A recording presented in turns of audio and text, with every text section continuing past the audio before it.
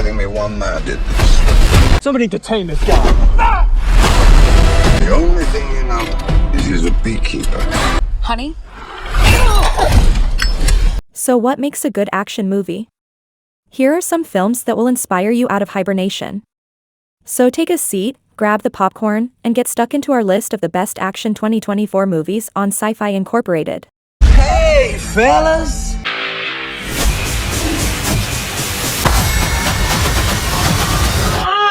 Number 1. The Beekeeper.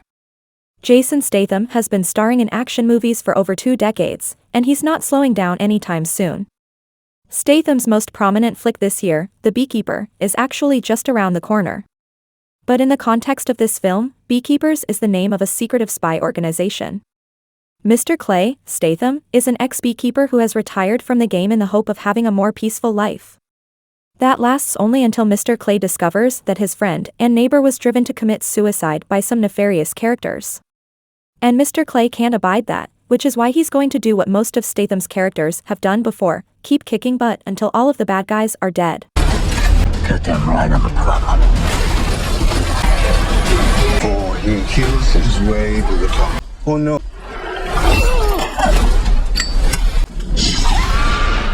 Number 2. Gladiator 2. Russell Crowe's Maximus died at the end of the original film, but his legacy lives on in the sequel through Lucius Verus, Paul Mescal, who now stands revealed as the secret son of Maximus himself. Gladiator 2 picks up 15 years after the first movie, with Lucius estranged from his mother and removed from Roman society. Presumably events will conspire to put Lucius in chains and make him fight in the arena just as his father did. Connie Nielsen is reprising her role as Lucius' mother, Lucilla, while Denzel Washington is playing a former slave who has a vendetta against Rome's co-emperors, Caracalla, Joseph Quinn, and Geta, Fred Heckinger. The first Gladiator took home Oscars for Best Actor and Best Picture, so this one has a lot to live up to. Number 3. Ballerina. The John Wick movies have never let us down, so we have high hopes for the first ever theatrical spin-off in the franchise, Ballerina. Blonde star Ana de Armas is going to get her action movie wings as Rooney, the previously unnamed ballerina who was played by a different actress, pictured above, in John Wick, Chapter 3, Parabellum. Keanu Reeves will reprise his role as John Wick, which clearly means that this takes place before John Wick, Chapter 4, and it's John's fault that Rooney's life has been ruined. John went to the director, Angelica Houston, for help in the third movie, and the High Table slaughtered Rooney's family in retribution for their aid. Now, Rooney is going to pull off a Jane Wick and embark on a bloody campaign of revenge on the men who wronged her. Number 4. Deadpool 3. Everyone tends to agree that the first team-up between Hugh Jackman's Wolverine and Ryan Reynolds' Deadpool landed with a disappointing thud in X-Men Origins, Wolverine. Later this year, the apology tour begins when Deadpool 3 finally gives fans the R-rated action comedy that the MCU desperately needs right now. One of the few things that we know about this sequel is that it will drop these 2 refugees from the 20th Century Fox X-Men related films directly into the Marvel Cinematic Universe, and they won't be the only ones.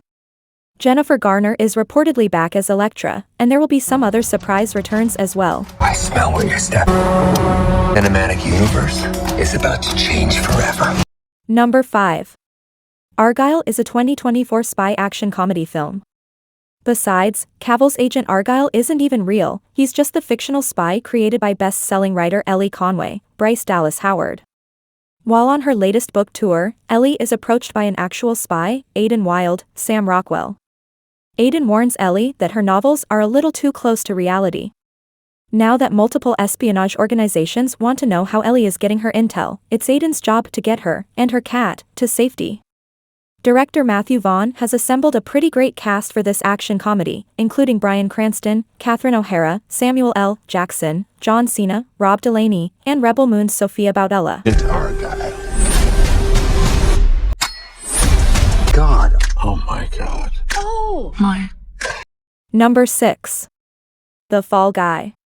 The vast majority of moviegoers are probably not even aware that The Fall Guy was a TV series in the 80s. But after Barbie was such a massive hit last year, this action comedy could be a real test of Ryan Gosling's star power. Gosling is stepping into the role of Colt Seavers, who was portrayed by Lee Majors on the show as a stuntman who moonlights as a bounty hunter. In the movie, Colt is a veteran stuntman who has been hired to work on an action film that is being directed by his ex-girlfriend, Jody Moreno, Oppenheimer's Emily Blunt. When the star of the movie, Tom Ryder, Aaron Taylor Johnson, goes missing, Colt agrees to find him before the movie can be shut down for good. Number 7. Roadhouse. A mere 35 years after the original Roadhouse hit theaters, Jake Gyllenhaal is going the full Patrick Swayze in Prime Video's Roadhouse remake. In a nod to the times, Gyllenhaal's Elwood Dalton is an ex-UFC fighter. As you can see in the pic above, Gyllenhaal really went the extra mile while training for this film. Plot details for the remake are scarce, but if it follows the original's plotline, Dalton will have to defend the local roadhouse bar from an unscrupulous criminal who wants to seize control of it by any means. The Suicide Squad's Daniela Melchior co-stars as Dalton's love interest, Ellie, while the rest of the cast includes Billy Magnuson, Jessica Williams, Darren Barnett, and even an actual UFC fighter, Conor McGregor. Number 8. Bad Boys 4.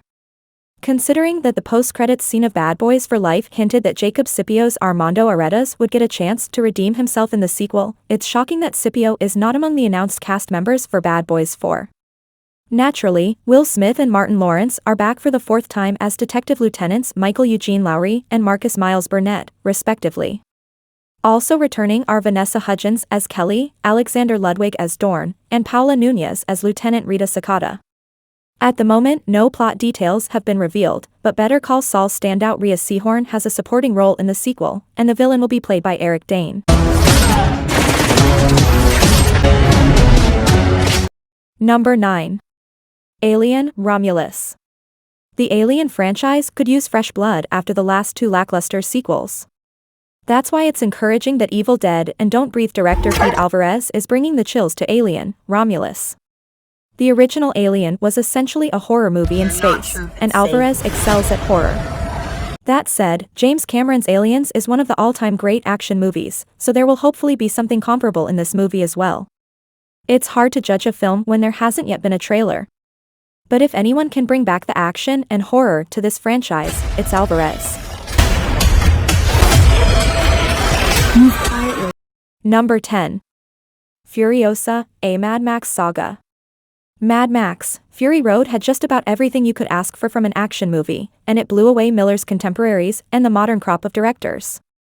After seeing that, it's almost impossible not to be pumped for Furiosa, a Mad Max saga. Anya Taylor-Joy isn't known for starring in action flicks, but this movie could do for her what Fury Road did for Charlize Theron. The setup is pretty simple. Young Furiosa Taylor-Joy has been taken from her home against her will and enslaved by warlord Dementis, Chris Hemsworth. And if she ever wants to get home again, Furiosa will have to reinvent herself as a warrior and survive a war in the wasteland. As far as we know, Mad Max will not be in this film. But if this movie can deliver the way that Fury Road did 9 years ago, then Furiosa will be the action film to beat in 2024. The question is,